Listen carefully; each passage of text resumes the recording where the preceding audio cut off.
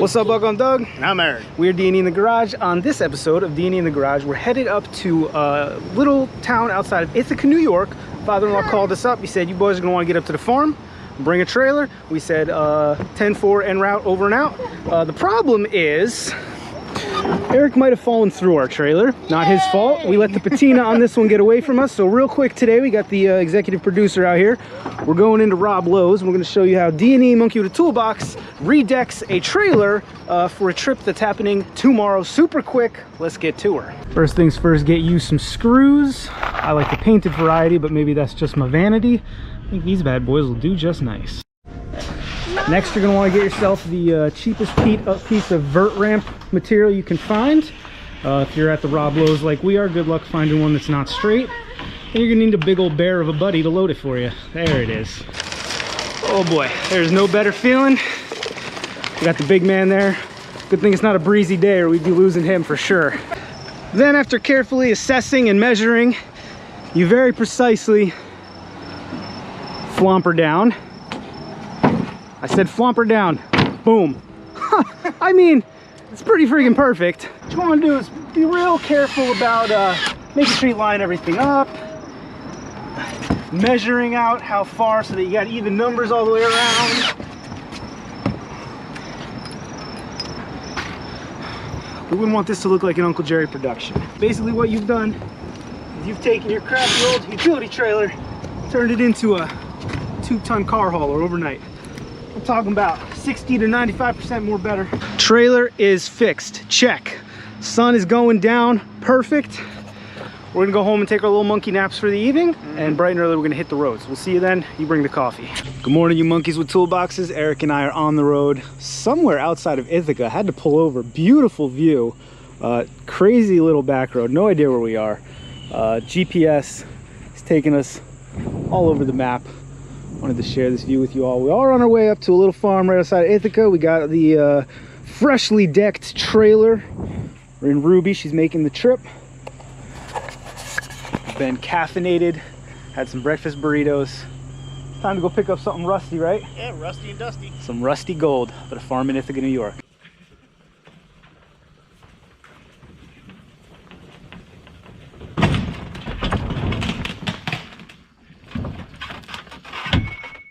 Money! Yeah, that's the only thing fitting on here. Nailed it. All right, friends, there it is. We didn't do a bunch of filming at the farm because we were kind of just having fun with our father-in-law. So as you saw us rolling on the trailer there, that is, I don't know what year, but it is a Kawasaki Mule. We tried to get it running real quick at the farm. It had 12 volts to the starter, but the starter wouldn't kick. We tried beating her with the old BFH, didn't work. So we rolled it on the trailer, DOA style. We're bringing her home, and that's gonna be a toy for getting up in the woods at our house. But while we're at the farm, you know, we got to do farm things.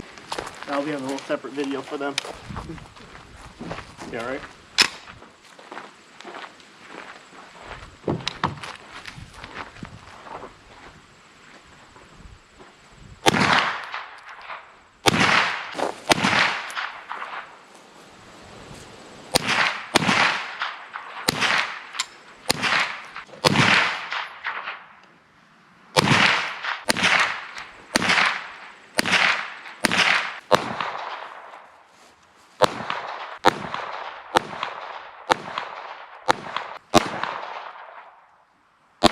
Who buddy Buck, I will tell you what, we got her home, but we did have an instance of the absolute worst brake fade I have ever had. We were coming down this crazy steep hill, and I didn't realize that at the end of it, it turned and was steep some more.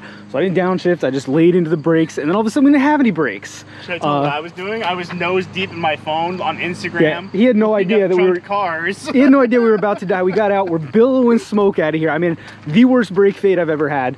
Had to get down on the knees and thank somebody for something. All right, now this was never really meant to be a DOA. We were going up there hoping it was running. This was just gonna be a new toy. It wasn't like a sitting for years DOA, which is why the brakes still work and things like that. Eric, get your mind right, because I'm gonna push you off. I'm gonna turn over my mailbox. I really like that mailbox. Okay, okay. 3, 2, 1. It's got a very flat tire. Very flat tire. Oh, throw them away. We're going in the back. No. Just go back. I got it. the trailer. Amateur hour! Amateur hour! I forgot. I forgot too. See this piece of wood? It was supposed to be back here. How bad is it? It's not that bad. Yeah, so this expanded steel wasn't actually welded on, so we're supposed to put that piece of wood there. God, we are monkeys.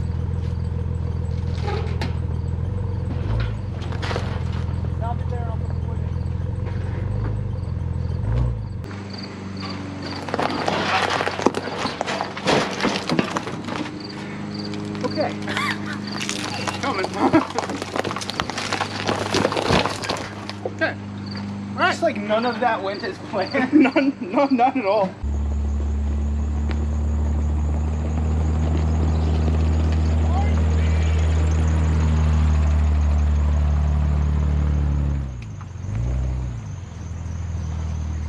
Well, there she is, Buddy Buck. Made her all the way home, all the way from upstate New York. Trailer did great. We had some fun getting her up on the trailer, had some fun at the farm. She got some good old orange Loctite, some holes for aerodynamics, but she's good to go. Alright friends, I came out to the Kawasaki this morning and I was getting ready to start digging into it. I heard this weird ticking noise. Can you hear that? It's the clock, the hours clock. I left the ignition on last night, so turn the ignition off. It goes off. So that's kind of a good sign. It means that something in there is doing something right. The battery didn't really fare well overnight. We're down to about 6.5 on the old voltometer. No big deal. Let's get the jump pack put on her. And well, we'll run through the diagnostics we did at the farm yesterday so you guys can see where we're at. All right, friends, we got the jump pack jimmy jammed on there.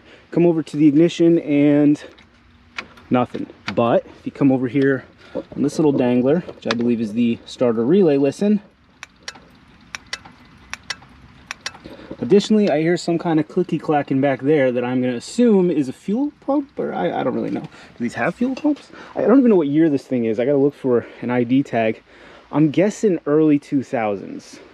That's me best guess, but yeah, I don't know. I'm hoping while we climb around it, maybe we'll figure it out. Let's get this bed slurped up and get some leads on the starter so I can show you guys what I found yesterday at the farm. All right, I'm gonna jack this bad boy up for a little bit of extra access, but here's a little pro tip, monkey with a toolbox tip of the day. Brake rotors make pretty good wheel chocks in my experience, as long as they're not too teeny tiny. These Jeep ones are okay. I don't know that I'd use a Honda one, but just thought I'd share. All right, friends, we rolled around down there, jimmy jamming and binging and banging. We got a probe wire on the hot lug for the starter going into the multimeter. We've got a jump pack on right now at the battery. We're making 8.8, which I know probably wouldn't be enough to crank, but yesterday we had a perfect 12.5 and it still wasn't cranking, so I'm just proving a point right now. And this tells me right here, with this hot lug being on the get me this thing, amateur hour, with this hot lug being on this lead, Jiminy Christmas. It's early, man. I have not had enough coffee today.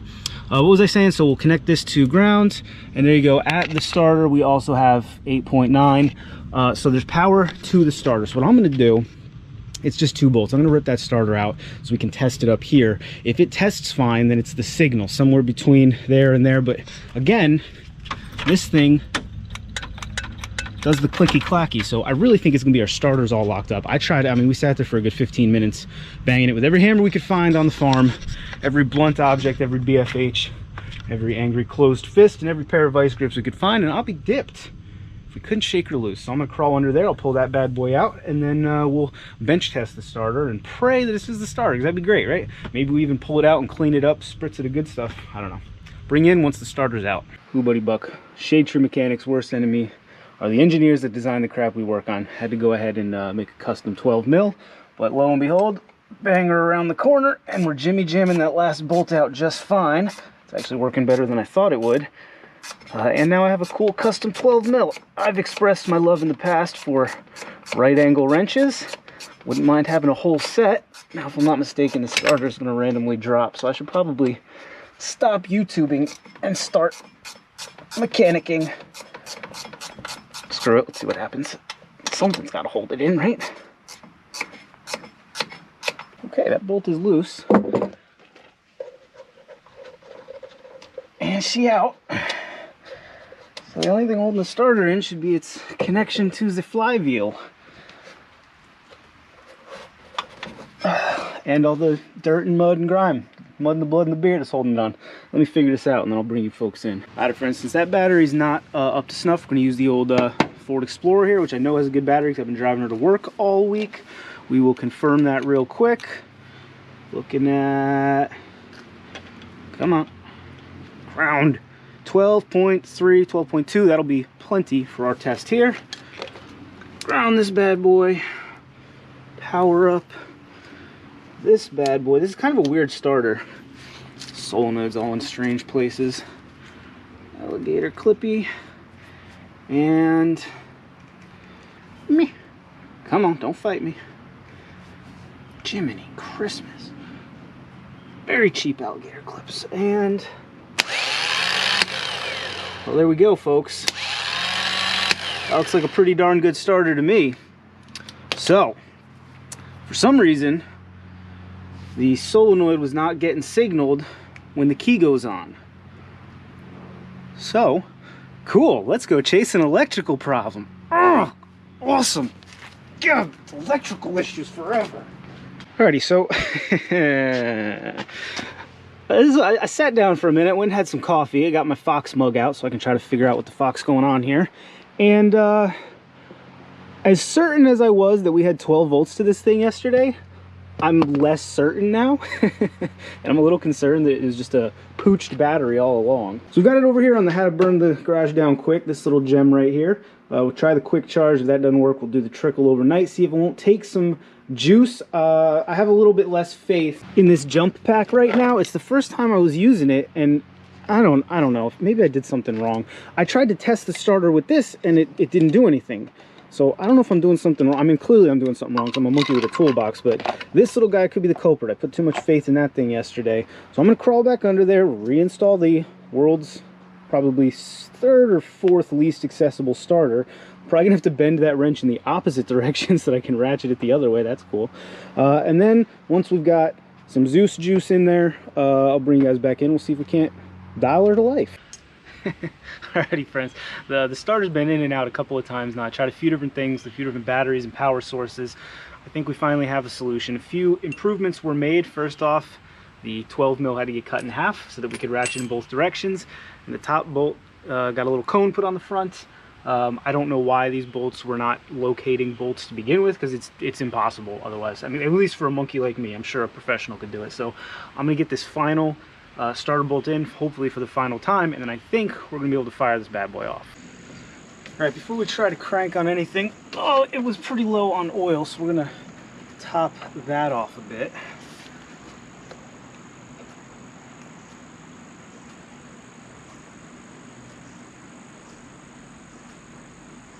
And we're gonna make a giant mess doing it. I might just get a funnel. Amateur hour. Alrighty, friends, we put this, I don't know how old this battery is. There's no date code on it. Oh yeah, 918. Wow, this battery's from 918. So this thing ran very recently. This is a relatively new battery. Put it on the quick charger. It took the charge. We're looking at 12.5. I'll take that all day. I could not, for love nor money, find a reason why there was power at the relay and there wasn't power down at the solenoid on the starter to kick the thing on. There's a break somewhere or something's loose, but we bypassed it. For now, that'll be fine. If my calculations are correct, this should crank the motor. Beautiful.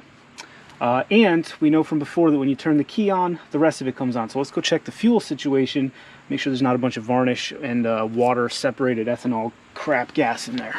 Alrighty, here's the fuel tank. Certainly smells like gas. I don't hear much of anything in there. This is relatively clean. Okay, very little at the very bottom. It's actually a good thing. I have some good premium that I just got a couple days ago. We'll dump that in and we'll dilute any terrible gas that may or may not be in there. And now while this thing was charging, I actually got a text from my father-in-law. He found the manual. This thing is a 2002 Kawasaki Mule 3010, I think. which I believe is like the second year of the new body style. I think they changed everything over in 01. It's got the gas engine, obviously, 2-cylinder, I don't know, it's like 76 cc or something, 4-wheel drive, differential lock. So if we can get her running here, and it ran not too long ago, at least 2018, this will be a nice little Jimmy Jammer for moving stuff around the property. Most of my property is rocky New Jersey woods, so you can't really do much with it if you don't have a relatively serious vehicle. Even quads can't really do it. You either need a bouncing Jeep or something like this might do her. Alright, if all calculations are correct, turn this on. I know I have power because I can hear the that clock thing. Let's pull the choke out, because why not? This very well may do the trick.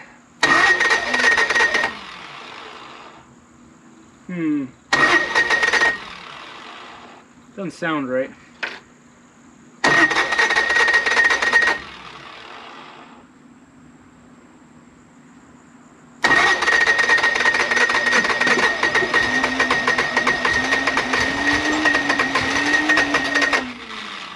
Kind of sounded like it wanted to go. Alright, cranking away wasn't getting us nowhere, so let's see if we have spark right now. I think our issue is going to be fuel, but let's make sure that it's making spark in there. We're going to do the old screwdriver test. I don't know if you'll be able to see, but ideally if there's spark, it'll jump from that screwdriver to that bolt there when we crank her. Let's see. Sounded like spark. Oh yeah, real good spark. Then logically it's fuel. Hey there, cats and kittens, pardon the darkness, stick with me real quick. I had this whole video done. I had gone through editing, it was done, it was uploaded, it was ready to go live tomorrow. I sent it off to a few people that I send our videos off to, Eric and Random Acts of Dave, to just give it a once over, tell me how she looks before it goes live. The Patreons even had it, and almost everybody I sent it to said the same thing. Man, that thing sounded weird turning over. It sounded like the starter was not engaging. Let me be clear, I confirmed the starter's engaging the flywheel. That's evident by the fact that we had spark. A couple people said maybe it's not engaging properly, it's grinding it's not grinding, the starter's not grinding. But it did get me thinking, it did sound weird, right?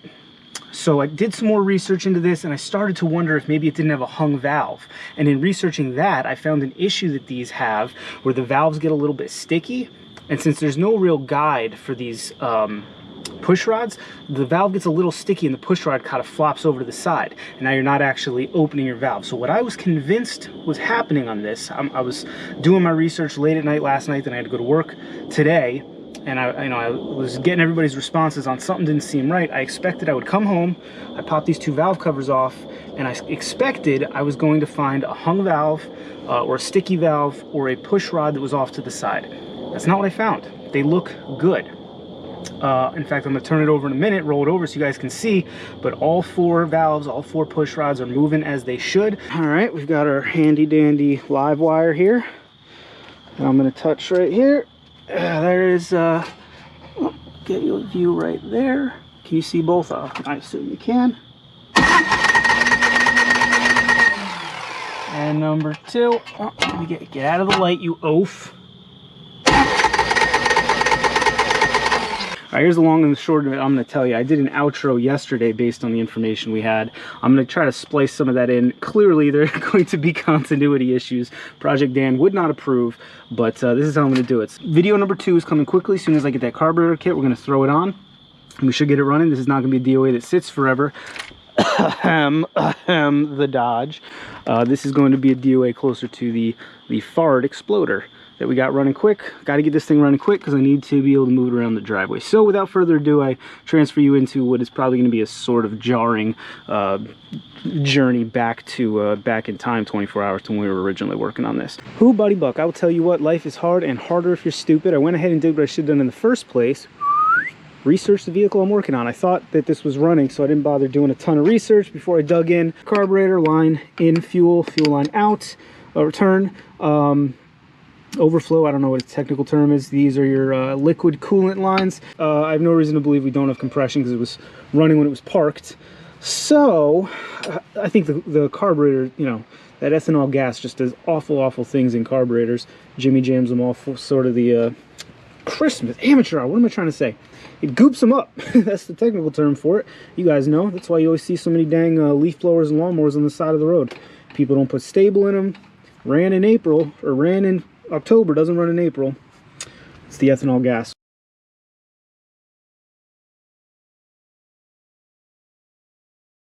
Cut this one here. Look out for part 2 very soon. That's all there is to it. Additionally, you might have noticed I'm wearing a new shirt here. This is a design Eric and I are playing around with. A monkey with a toolbox jagged around the U-pull there. Let us know if you'd like to see this on the Etsy store or not. That's fine. Got any questions, by all means, you can comment down in the squawk boxes. Like I said, I'd love if you guys mess with these. This is my first one. So if you got any suggestions, let me know. If you like the video, That's common sense. Consider subscribing to the channel. Check us out over on Etsy. Like I said, keep an eye out for part 2. Thanks for watching. See you next time. One quick thing before we go, you might notice I got myself a couple of these grip mats. These things are really friggin' awesome. I saw a couple people, watch Wes work, has some, a couple other people had them, and I was like, I kind of want to try them. They're pricey. They're not cheap, but I bought them and I fell in love with them, so I reached out to the company and I said, hey man, I think you could give me a discount code for my viewers, and they said yes. So 10% off your grip mats. I'll leave a link down there. I like them because they're super flexible and grippy, and I swear I'm not just trying to sell you grip mats, because I'm telling you, they are expensive. If you're an everyday mechanic, it might make sense, but for a guy like me, it was a bit of a stretch. But they are pretty awesome because they got different sizes and different configurations, and they really do hold everything real nice when you're working. Otherwise, all of these would be lost, and I keep losing my stupid 10mm, and you guys know how it goes. So there's if nothing else, go check them out for yourself. But if you want 10% off, there's a link down there in the description.